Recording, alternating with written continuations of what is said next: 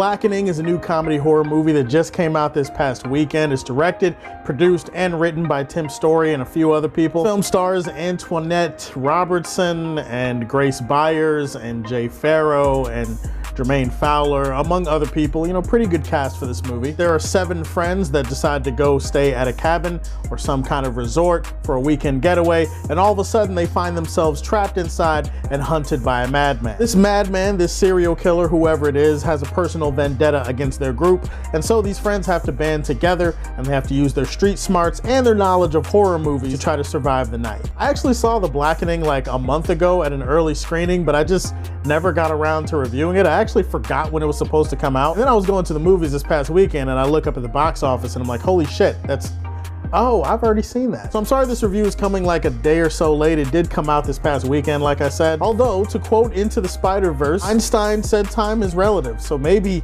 I'm not late, maybe you guys are just early. No, it doesn't sound good in real life either. It's still corny as hell.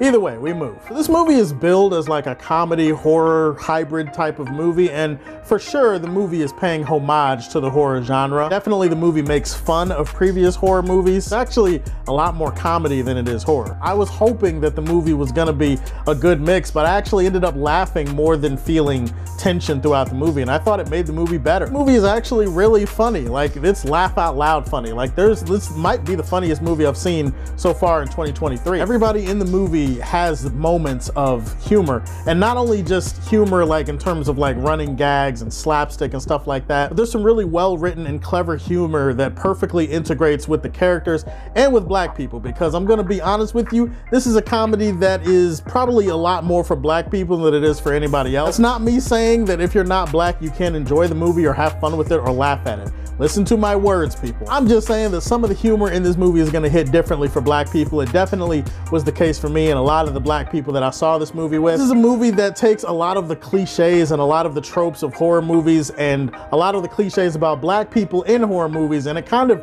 twists it on its head and makes fun of it in a lot of ways. It does a great job at this without turning the entire movie into a parody. Like, some parts of the movie feel like a parody, but the movie in general is not a parody. There's still a story being told here. The movie has great humor making fun of black people. It has humor making fun of white people. It's very inclusive in the way that it decides to dole out the laughs. There's a lot of unexpected moments of humor where I thought the scene was gonna go a certain way and then it went a different way, and that ended up being funnier for the overall scene. I thought the performances across the board were really good.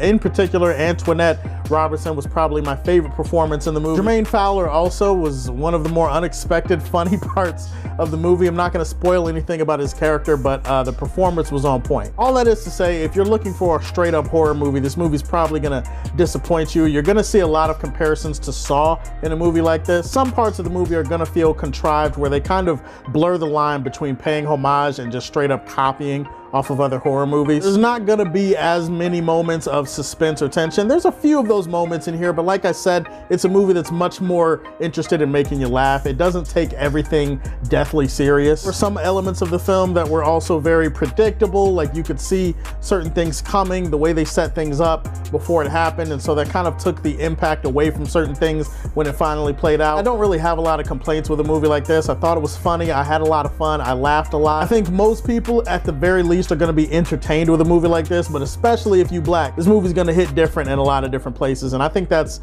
great for us. That's awesome for us that we can have a horror movie starring a pretty much 95% black cast and not have the movie be about, you know, torture porn or trauma or anything like that. Like, the movie is kind of making fun of a lot of things that black people do and say in horror movies, and I think that's really refreshing. Guys, I would definitely highly recommend The Blackening. It was a really good movie. I'm gonna leave this one in the Silver Age from Man of Steel. Happy Juneteenth for my people. Hope you guys are out there celebrating and having fun and kicking back and enjoying. Hope you go see The Blackening. Tell me what's your favorite comedy of 2023. Put that in the comment section below. Please like and subscribe to the Superfan Show, and if you like what you see, tell me how you feel, and stay tuned to hear more from the Man of Steel.